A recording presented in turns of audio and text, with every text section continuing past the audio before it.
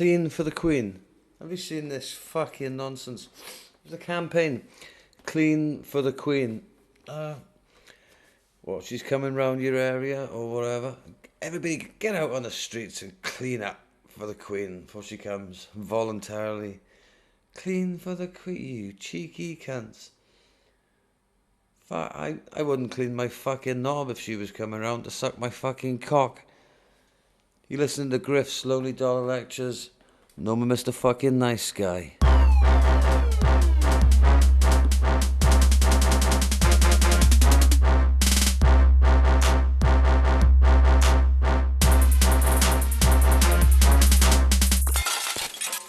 Clean for the Queen.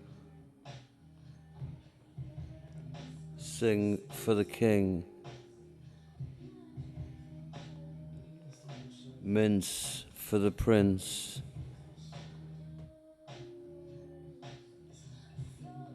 Incest for the Princess. Shabba. Yeah, clean for the Queen. Fuck that shite for a laugh. Now, don't get me wrong, I'm not fucking Billy Bragg or fucking not even Melvin Bragg, but you know, oops, sorry, I had to move the table nearer to me. It's not my fault. The reality of time and space, sound and whatever else, I don't understand. I don't understand physics or whatever. Is it physics that makes all these things go on? There's physics in it, yeah. Don't get it. Don't want to know. Don't want to explain, to be honest with you. Somebody explained to me once what makes a rainbow. So I fucking stabbed them. It was like, you absolute cunt. Do you know what I mean? I spent my whole life wondering what happens, or how that happens. What makes a rainbow? This fucking wise guy comes up and starts explaining to me the old shenanigans of it, the old workings. I won't say it, in case anybody doesn't know. And it fucking devastated me, so I stabbed the cunt in the throat with a 7-coloured blade, which I used to refer to affectionately as Delbert. But yeah, that was that. But no, clean for the Queen. I'm not one of these, kill the Queen and all this shit. Do you know what I mean? There's no need for that, She was born into it, do you know what I mean? She's sort of pedo by sort of genetic. She's a genetic pedo, which obviously, needs to be exterminated. Obs, double obs, triple obs, four of them. Needs extermination, but you can't hold it against her because from a very young age she was taught this privilege, and this elevated humanoid rating these people give themselves. So yeah, I'm not looking to kill her. Thought about this just now. The Queen, we'd say, all right, love, it's a bit of a piss take now. It's gone on long enough. You've had a good crack. You've had a good, well, I don't know, maybe she has got a good crack, but you've had a good run. And enough's enough, love. Joke's a fucking joke. Do you know what I mean? So all this, apparently worth £1 billion. We've worked out the hours you've put in. We paid you well over minimum wage here and come up with a settlement figure. Now, obviously you've been used to some sort of fucking lifestyle. We're not going to take the piss. We'll give you a house, right? We'll give you £1 million for a fucking house, yeah? Reading or wherever you want to go. We'll chuck you a healthy fucking pension, do you know what I mean? I brought a few quid in, I'm not going to dispute that, love. And, Prince Charles, chuck him a 250, maybe £500,000 for a gaff, yeah?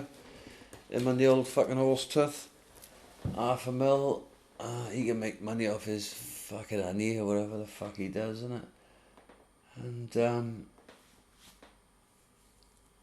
what else you got there? You got your dies boys, yeah, well, soldiers, innit? Troopers, warriors, whatever.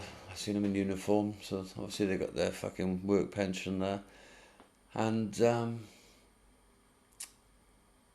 they do a lot of charity work, don't they? You know, maybe they should just focus on that. And looking at those two lads, you know, with a bit of dye blood in there, I'm sure they'd be happy just to fuck all this off. So yeah, you know, we're not looking to fucking kill the royal family or anything. We're just looking to rehouse, really. It's more a rehousing program. Frees up Buck House, lots of other fucking big venues. I'm probably going to take over Balmoral. But Buck House, you know, it sounds childish or whatever, it's been said, but can you imagine the Queen, right? If I was the King, right? And, hang on, I'm going to get a canitizer. Bear with me a second. Talk amongst yourselves, yeah? If I was the king of an area of land, and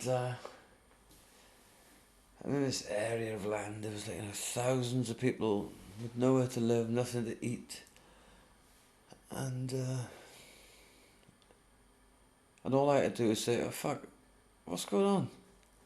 There's all these people with nowhere to live, nothing to eat, it's fucking freezing, pissing down with rain, etc. Fog sometimes, and I'm living in this fucking 88 bedroom house with fucking 9 knobs and a nonce. Rehouse, and I'll rehouse. You know, you would, wouldn't you? Yeah, you wouldn't, but fucking most people would. So, what these people are fucking doing to us, man. So yeah, you know, you've had a good run, Betty Ford. Up to your fucking nuts and paedophile guts. You know that, I know that. Anybody with a brain in the head knows that. So's your hubby, so's your son, so's your other son. The other one's just a fucking high. He's like a, what's his name, Edward? He's like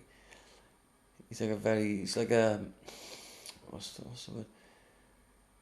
He's like an executive rent boy now, and he's like the most executive. There's like sheikhs, gay sheikhs, who order in Prince Edward for weekends. It's like about 9 million quid for Prince Edward, sorry, to give him his full rent boy title.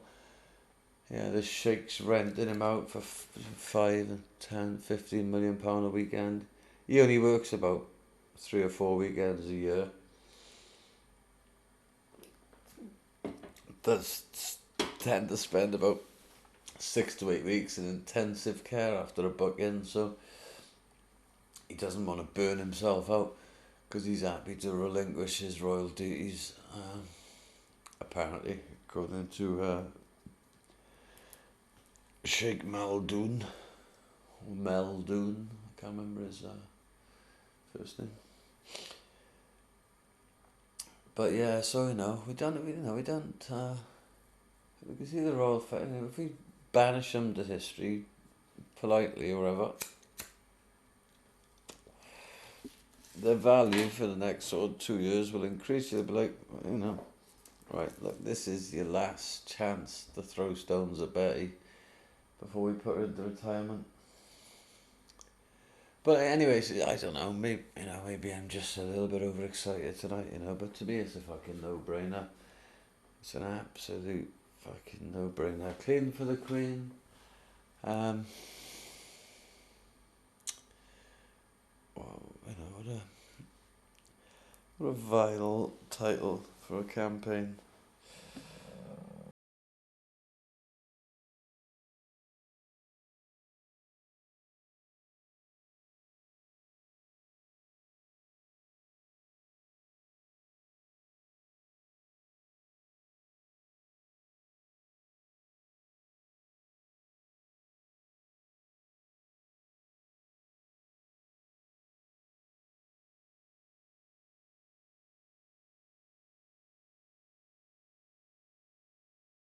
Shaba.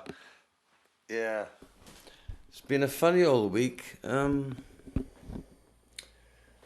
Adam Johnson, Now, you know what I'm like. I don't know what I'm going to say from one minute to the next. So, before I go into this topic, and maybe speak things which I may regret, or firstly, I want to look at the serious aspect of this case.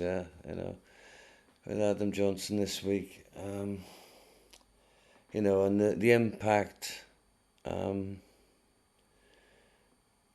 Sorry, I'm getting a bit emotional. The impact, it's going to have on Sunderland's,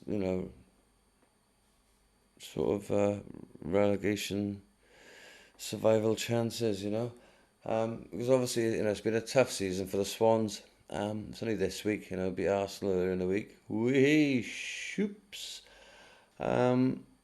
We've got a little gap to play with. We're in the sort of Gary Glitter sort of position at the moment. We got a little gap to play with. We can't take anything for granted. Sorry, I didn't plan to say that. Apologise for that.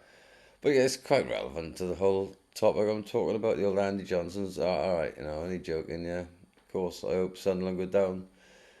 Because it's in the Swans' interest. But there's been this big Andy Johnson thing this week, and I got a mate, right? His name's Chris Dangerfield. I keep name dropping him, not that nobody's ever heard of him, apart from Trev. But you should have, do you know what I mean? He's best comedian in Britain, but now he's sort of, I say retired. It's more like, he's like, it's more like he can't be asked, I think. But there's been a fucking thing going on this week, and there's all this, like, social justice warriors and, people calling them out of, like, fuck off, what you doing, you cunts, why you twisting, like with these fucking, I call them faggot feminists, do you know what I mean? Because they're like, obviously women, but they're like fucking faggots. I don't mean like homosexuals, I just mean they're like, I get my two best gay mates around here and they'll say to you, oh my god, he's such a fucking faggot, do you know what I mean? It's not such a derogatory term. You can lose it, lightly. It's like, oh yeah, oh faggots, do you know what I mean? Fuck. Can I get a solicitor in here? No, what I mean is, anybody's got half a brain in there is not going to take that term fucking personally. And if I was gay, right, and somebody called another gay bloke a faggot who was just some sort of, full-on mincenator. Is that a phrase? Is that a word? A mince. No, right, I've completely lost my train of thought now whilst worrying about what I'm saying. Which is the whole point, yes. Adam Johnson, yeah, my mate Dangerfield, he made the point on Facebook. It's not that often I'll share, somebody's status. I'll share, like I shared something earlier, of like, I said, oh, this is a car, giving birth to a car, but really it was like a bloke putting a toy car into the boot of a real car. It was quite funny, so I shared, but I will rarely share, people's comments, but I actually shared this. As soon as I read it, I thought, yeah, that's true. And point being, Adam Johnson, finger blasting a fan, and earlier this week there was some Eton pupil, privileged fucking rich boy, who'd been distributing child abuse images, bestiality, 2-year-old kids, all that, and ended up, no custodial sentence, and Andy Johnson's looking at a few years inside, and, fucking Sunderland's staying up chances, from what I can gather, I haven't followed this case too closely, because it would probably mean I'd be a paedophile if I had. But from what I can gather, he finger blasted a young fan.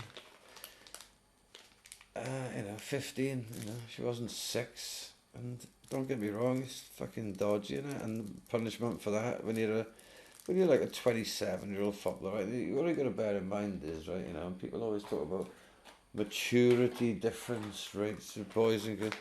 What you got to bear in mind is a 28-year-old footballer, right, in terms of emotional maturity, is probably about 19. Do you know what I mean? He's, you know, never really had to learn nothing apart from football. You know, somebody like Johnson, the money would have come a while back, and everything else has followed. And you know, nice left foot. He's not all that. I don't think he could have been, I suppose. But left footers always look better, don't they? You know what I mean? They reckon about 80%. This is I heard this years ago, but I remembered it this week. They reckon about 80% of paedophiles are left-footed, and obviously, you know, most people aren't left-footed, which is obviously a weird statistic, you know. But yeah, I know, yeah, nice left foot and all that, but you know, I think they brought him in to replace King Clancy, didn't they? You know, at Man City. Maybe wrong. There may have been 5 years in between those two, I don't know. But 5 years in between them, 10 years, wouldn't have stopped Andy, would it? But yeah, but you know, my mate Dangerfield made this point on Facebook, right, about, you know, what this guy who's, you know, making and distributing images of 2-year-olds in sexual situations with animals. Like, you know, he's responsible for now. He hadn't gone to prison, and fucking Johnson's finger blasted somebody in a vital part of the season. You know, he was just saying that, you know, the insanity of those two different, you know, positions or whatever, situations. And some fucking idiot, I wish I could remember her name, but I can't. It's like some comedian. She's fairly known in comedy circles. She was making these ridiculous comments underneath, and then she went off then and was just basically lying about what he'd said, and, you know, making him out to be a paedophile, like pedo defender or whatever. And then she's comments like, oh, you know, people who say things like that obviously want to fuck kids, and, you know, and then there was loads of people underneath going, oh my god, he's fucking out of order. So, do you know what I mean? This fucking twisted. I don't know. You know, obviously it's a tricky situation on this one because Dangerfield is probably a non-streaming, but that's not the point. That's not the point. Yeah, so you gotta watch what you fucking say these days to anybody, in any shape or form, any forum, any medium or whatever. Because apparently you can't say this, you can't say that, you can't say fuck off that. I think it was last week I was talking about that Macintosh prick. You know, and I was talking about him in quite kind terms. I I made sure he found out about my lecture via one of my followers because he's blocked me, as these people tend to do, and then he unblocked me to send a load of tweets before he could reblock me. You know, the guy's like probably about 40 years of age, and I sent a tweet to Ricky Gervais. And then he was saying, oh, you're chasing Ricky Gervais like a lost puppy. He said, oh, I showed him what you said about the Chinese, and Ricky Gervais said, good God, what a wanker or something. And Ricky Gervais said, good God, oh my God. I don't think so, Macintosh, you fucking fruitcake. Do you know what I mean? Why does, you know, the worst thing I could have said, right? I can't remember exactly what I said, but the worst version of what I said is all Chinese people are ugly, right? It may have actually been that. I don't remember it. It wasn't that important. It was a light-hearted comment based on the fact that I just walked down my street and seen about 10 ugly Chinese people, you know, so that's obviously what I'd exaggerated to make some sort of point. And he'd seen it on Facebook and then went into overdrive, was inboxing me, like he's the fucking head of the fucking triads or something, do you know what I mean? And I was thinking,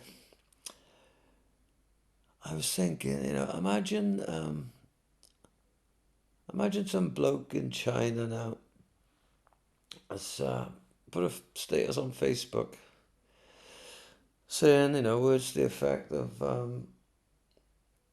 Welsh people are sheep shaggers. Now, are people going to be up in arms about that? It's like, my comment about the Chinese, my opinion on the aesthetics of the Chinese general look, which was, actually a joke, obviously, as well. You can't generalize, yeah, you can if you want to, Beauty's in the eye of the beholder and all that, yeah. So I can say what the fuck I want if it's my opinion. But, it's just the passion of it, just Macintosh, went into bat on behalf of fucking a billion Chinese people who are not interested in my opinion on anything, never mind about them. And, in the way that he did the same thing with Dapper, he felt it was his place to represent women who think you're not allowed to joke about rape or whatever. You are allowed to joke about rape if it's funny, you know. Simple as that, really.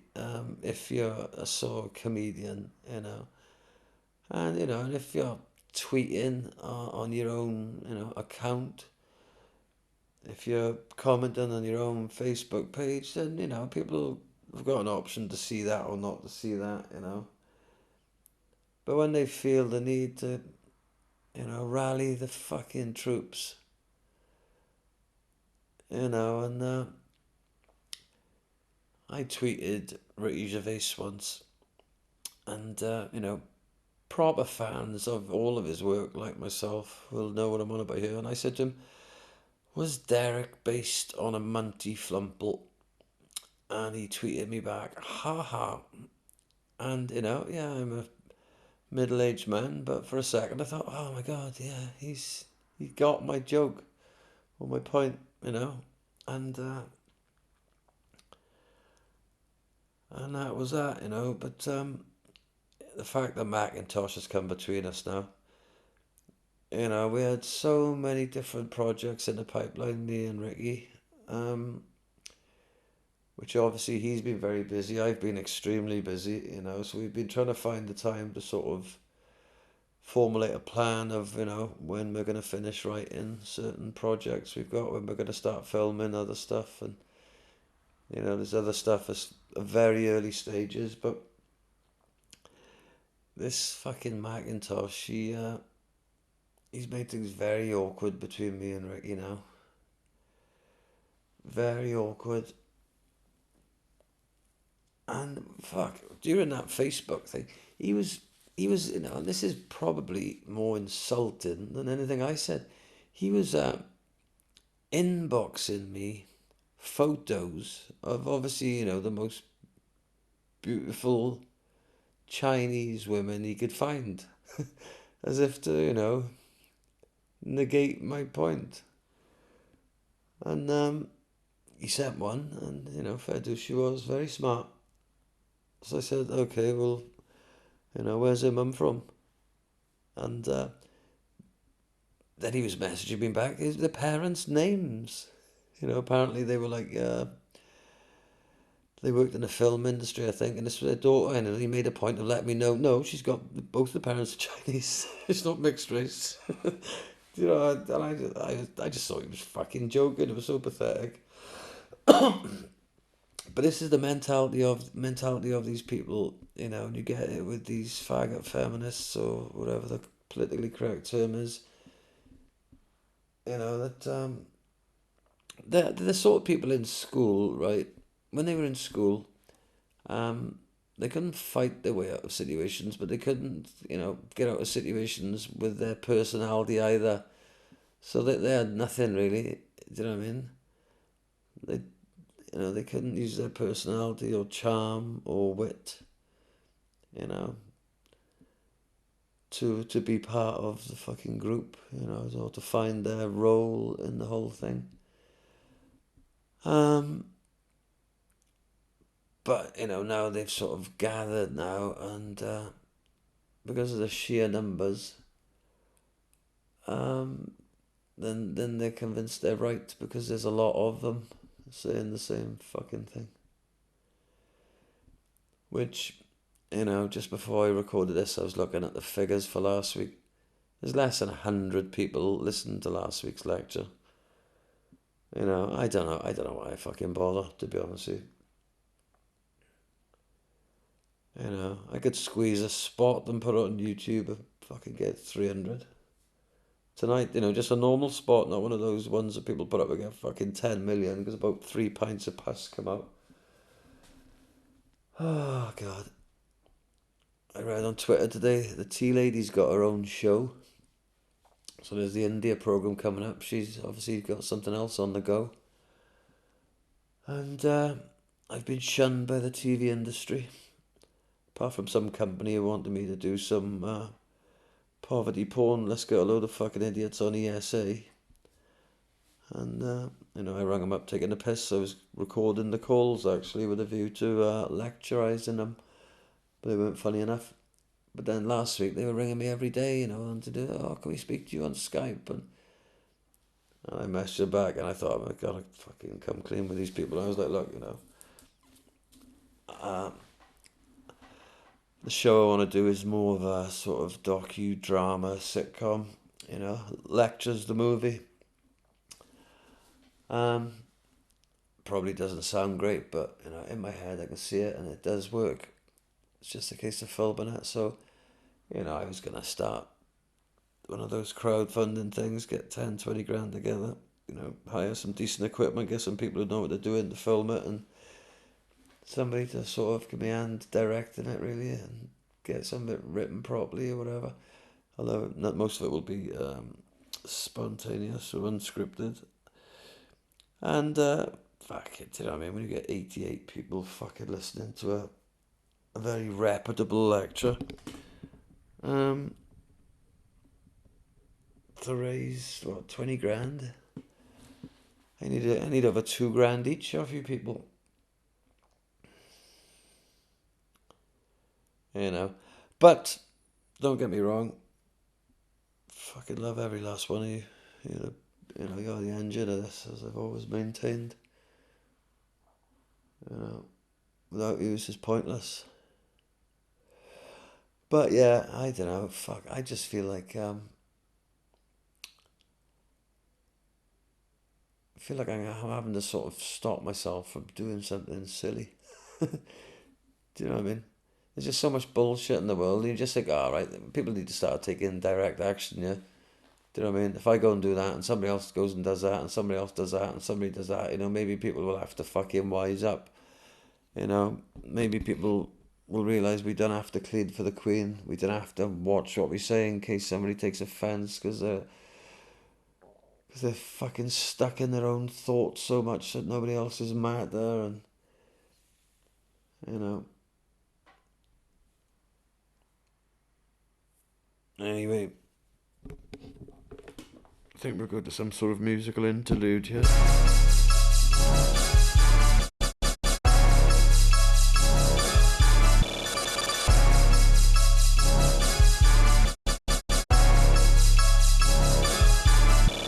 So what was it made you do it? You had no need. First a taste, then a craving, then it turned to greed. Just say no, no. Just say no, just say no, no. Just say no. I've just fucking said no. Thrice. Nancy Reagan's dead. So a weekly update on famous people dead. You know, I haven't had a big gun for about 2 to 3 weeks, I think. Since old Davy Jones's locker. Or Davy Jones's lockout, should I say? or Lock In. No, Davy Jones is Lock In, sort of that. But Nancy Reagan, and made me think of that song, Obs, 'cause I think it was her campaign. And obviously then I had to YouTube it. And off the back of that, and I can't remember his name. And when I saw his name earlier, I thought, oh yeah, I remember that from when I was a kid. But guy was found dead in the car. Funny little character, actually. He was brilliant, Green Jill. Jesus. Those little clips earlier, obviously a bit, it was hardly fucking Goodfellas, do you know what I mean? But compared to the fucking shit you see, now, on similar sort of, well, as I remember it anyway, because, my youngest is too young for the, certain sort of programs, kids programs, but my older kids are too old for all that now, and I'm trying to remember. But there was, my point is anyway, there's never been anything like Green Jill, and it was quite, I don't know, it was like full on, wasn't it? Do you know what I mean? It was full on, they're dealing with like, racism and drugs and teenage pregnancies and all this. I mean, it doesn't sound a lot to say that in the 21st century now, but, as a kid of my generation, everybody loved Green Jill. Gripper. Fuck, if you weren't scared of Gripper, then you were obviously a fucking mentalist. Gripper, yeah. God, what was the name of that guy? Let me see if it's on my phone. Am I still on? I still got a YouTube thing open. No. Oh God, I can't remember his name. And yeah, there was a bit of a chase going on, and they ended up, in some hidden part of the school, and there was a car there, and they looked in the back. Oh, is it Danny Stedman? Was that it? Little guy with dark hair. He's always a bit, looked like he wasn't really getting looked after at home properly. You could imagine he probably smelt of piss in the first year, and probably jizz in the second year. Comp we're talking about now, before I get accused of anything. One of those kids whose parents they wouldn't have been on drugs or anything, they would have been a bit backward, do you know what I mean? Or religious, or really old-fashioned, do you know what I mean? You had probably these type. But when I saw this, clip, and I thought, I can't remember that. I can't remember him dying.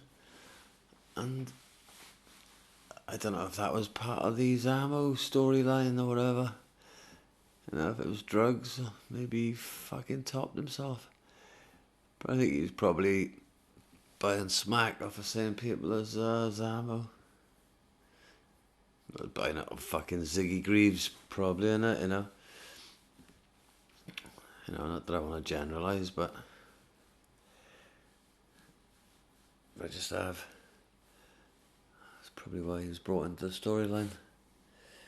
I'm not generalising, I'm just aware of the generalisations that go on in the TV drug scouse industries.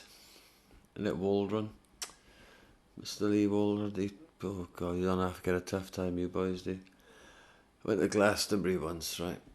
Well, I didn't. That's untrue. I went to Glastonbury about 4 times.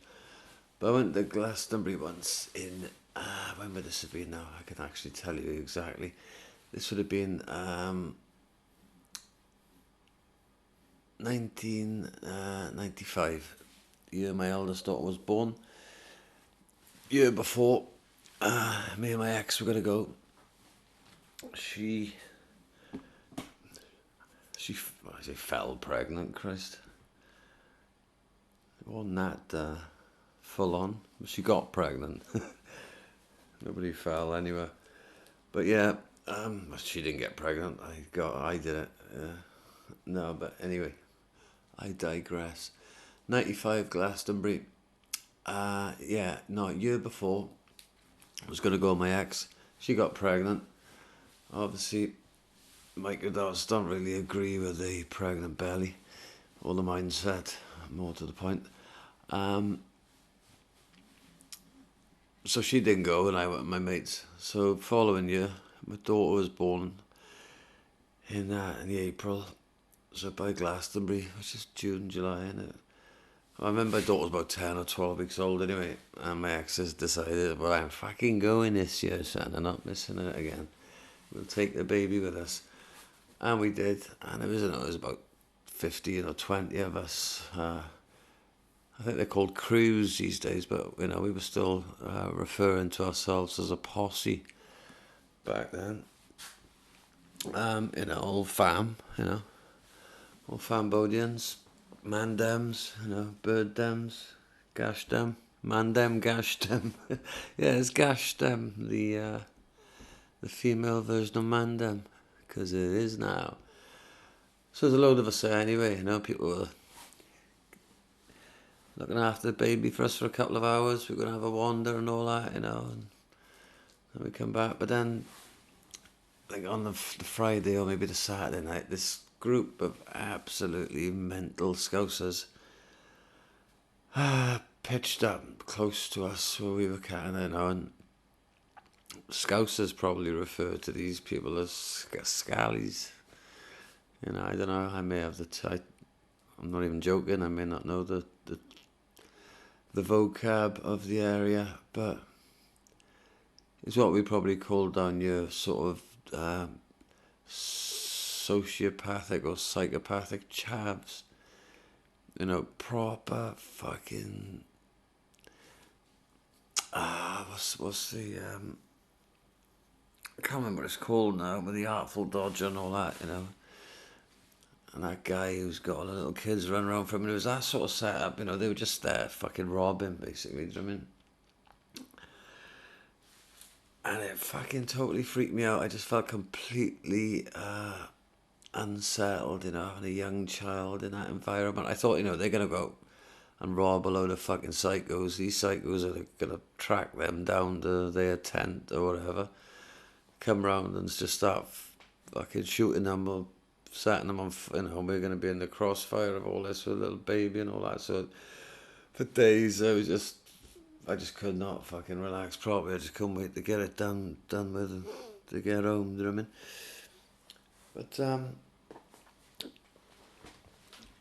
but as I say, Mr. Waldron, God, I was, just a couple of lads, really, very small sprinkling of the Scouse Army. But a funny scenario happened, They've been there for days, do you know what I mean? And they were quite funny in some of them, anyway, in certain aspects, but absolute fucking loony bins. And there was one it was an afternoon, and it was light. You could just see this girl coming in the distance with a tray in front of her, topless, right? Bit of a chunky lass. Topless, with like this tray of vodka jellies. Walking through the crowd, selling them. And she was just headed straight towards this, I don't know what the collective noun would be. This fucking mayhem of scallies walking straight towards them, and I remember me and one of my mates were like, oh no, not love, don't, you honestly really don't want to go over there. And she was just taxed, man, fucking. One of them grabbing her tits, grabbing it. They emptied her tray. They had most of her vodka jellies away as well. No, they just fucking robbed her blind, man, and fucking tweaked her tits quite a bit. But At least she sold out, and I don't think it was that year. It was a different year. I actually sold Welsh cakes at Glastonbury once. My gran, my late nan, old MJ, she made me like fucking hundreds. I was gonna say, when it comes to Welsh cakes, you gotta do it in. You can't say 120. You got 10 dozen. You know, you're not allowed to have 120 Welsh cakes. You have 10 dozen Welsh cakes. So she did me. You know, how many do you need, Rich? The more you can make, the better. Like, you know, I'm gonna sell them up. Well, 20 dozen. I'm like, I don't know. I'll get back to you now. I'm just going to try and find out what a dozen is, and then see if one of the boys can do the maths. But yeah, and I got a photo somewhere of my first customer. This guy with curly black hair. I can picture him now. I got a photo, yeah. And I had a sign I'd made. It was Welsh cakes, was it? Was it 4 for a quid? No, was it 25 pence each, 5 for a pound? Something like that, was it? Yeah, I sold fucking loads, actually. I sold about 30 dozen. See you next week. Shabba.